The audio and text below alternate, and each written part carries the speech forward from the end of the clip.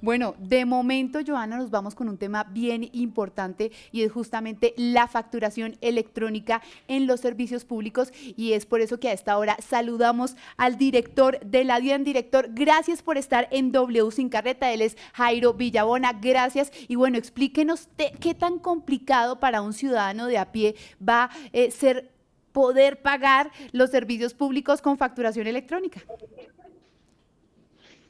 Buenos días, Paula, Joana. En realidad no se trata tanto de los servicios públicos, sino es en general de la facturación electrónica. Pues ese es un poco el tema que me habían propuesto para hablar y es hablar en general de la facturación electrónica, porque los servicios públicos solo son una parte de los mecanismos que se va a hacer la facturación electrónica. La facturación electrónica tiene dos modalidades. Una es la factura electrónica como tal y otros son los documentos electrónicos equivalentes. Dentro de estos documentos electrónicos equivalentes están los servicios públicos, pero pues esa es una de las modalidades. Sin embargo, pues a mí me gustaría dar un contexto sobre la facturación electrónica y que las personas entiendan la importancia de la facturación electrónica.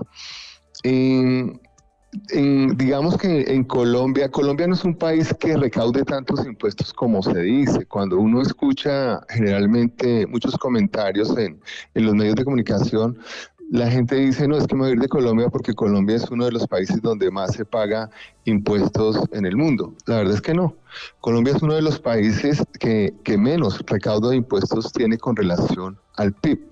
Eso se llama la carga fiscal. Y cuando uno mira cuánto recauda Colombia con relación a lo que produce su economía, solo recauda el 15.3%. Países como Chile recaudan el 19.6%. Entonces, nuestro país recauda muy pocos impuestos. Nosotros hay una alta evasión. La evasión en Colombia se dice que es de más de 100 billones de pesos. Y lo que se pretende con esta facturación electrónica... Sí. Dime. ¿Escucho? Que nos aclarara un poco el tema de los servicios públicos, porque hay una confusión, digamos, en la ciudadanía de si es solo la factura electrónica o estos servicios públicos se van a poder pagar de esta manera. Entonces sí quisiera que nos hiciera esa claridad. No hay ningún problema. Lo que les explicaba al principio, hay dos mecanismos. La factura electrónica cuando voy a un comercio, identifican con la cédula, el NIT, el nombre y el correo, ¿sí? Y hay otros que son los documentos equivalentes. El primero, pues más conocido es el POS, es como cuando usted va a un supermercado, y es importante aclararle eso para que lo entiendan. Cuando van a un supermercado, el supermercado le exige, le saca un tiquete. Eso es, digamos, ese es un documento equivalente porque no es una factura. En ese caso, del comercio, el supermercado, sí tiene que ir identificada la persona. Pero ya en casos como los servicios públicos, simplemente las empresas de servicios públicos son las que tienen que emitir las facturas y tienen que remitirlas a la DIAN. Entonces, en ese caso, pues no va identificado una cédula de la persona ni esa información en la DIAN. Nosotros la vamos a recibir identificado con la cédula de la persona o de la empresa. Es simplemente las empresas son las que tienen que enviar toda la información de los recibos que están generando electrónicamente a la DIAN. Eso es lo que pasa.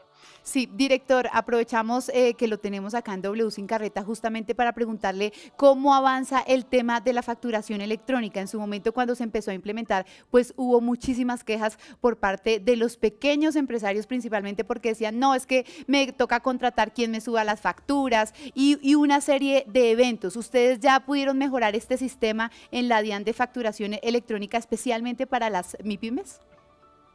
Sí, mira... También decir algo que es importante, no solo las quejas, sino la importancia de la factura.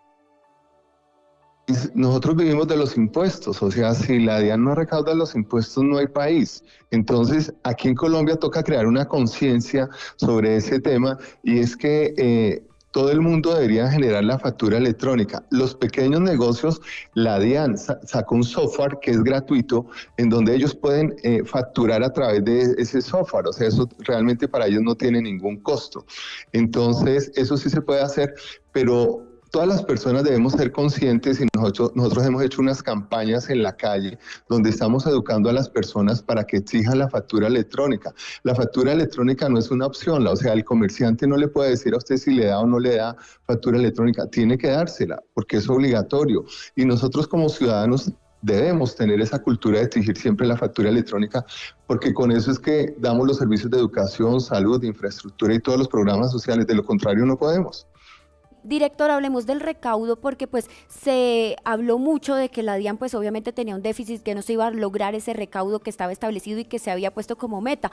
¿Cómo vamos? ¿Sí se va a lograr ese recaudo que se había propuesto la DIAN hacer? O sea, ¿se logró? ¿Se superó?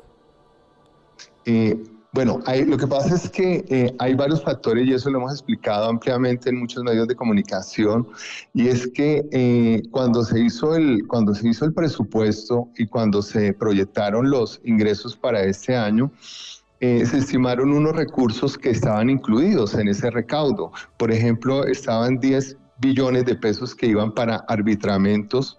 No estaba contemplado, por ejemplo, la deducibilidad de las regalías que la Corte sentenció, y eso afectó el recaudo en casi 6 billones. Ahí solo van 16 billones de pesos en recaudo que no se podía conseguir. Y otro punto importante es que lo hemos explicado también ampliamente, es que gran parte de los impuestos de este año se recogieron el año pasado, porque hubo unos anticipos muy altos y unas retenciones muy altas. ¿Eso qué significa? Que el recaudo del año 2023 es de los mejores recaudos que se han producido, pero en parte con relación a esto, porque las retenciones eran demasiado altas y los anticipos eran demasiado altos también. Entonces, gran parte de los impuestos que se tenían que recoger este año prácticamente se recogieron casi desde el año anterior.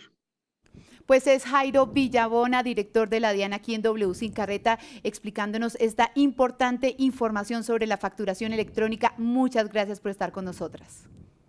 Muchísimas gracias a ustedes por la invitación.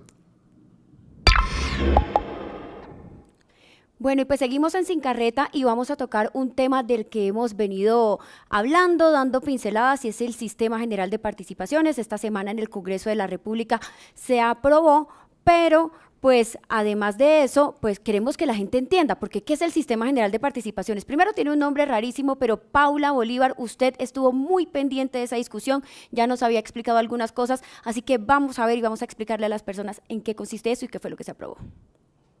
Aquí en W Sin Carreta les explicamos el polémico proyecto de ley que ya tiene un nombre bien difícil, y es la modificación al Sistema General de Participaciones, que es el mecanismo a través del cual el Gobierno Nacional desembolsa los recursos para la ejecución tanto en gobernaciones en municipios. Pues lo que quiere hacer este proyecto de ley es que se aumente del 21% al 39,5%. Pero ¿cuál es el argumento que están entregando los ponentes de este importante proyecto de ley que ya pasó su 6º debate en el Congreso?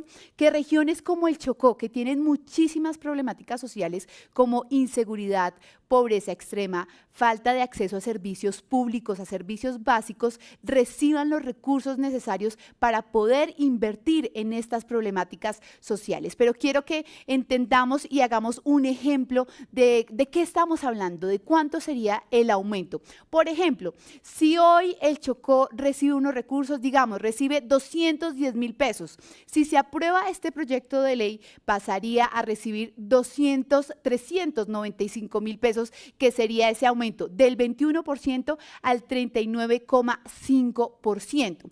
Pero ahora vámonos con los números reales. Y es que según la vigencia de hoy, de este año 2024, son 70 billones de pesos que se destinan justamente a ese desembolso en las regiones.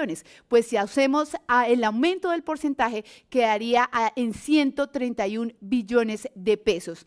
Pero hay varios economistas que están muy preocupados por este proyecto de ley dicen que no alcanzarían los recursos para desembolsar a los diferentes departamentos y municipios en toda Colombia. Hablan de una deuda aproximada del 70% que sería insostenible. Asegurarían que caería la inversión en temas como la infraestructura que normalmente suele hacerse desde aquí, desde el gobierno central, no sería un tema descentralizado y por supuesto están muy preocupados por el tema de la transparencia en el manejo de estos recursos.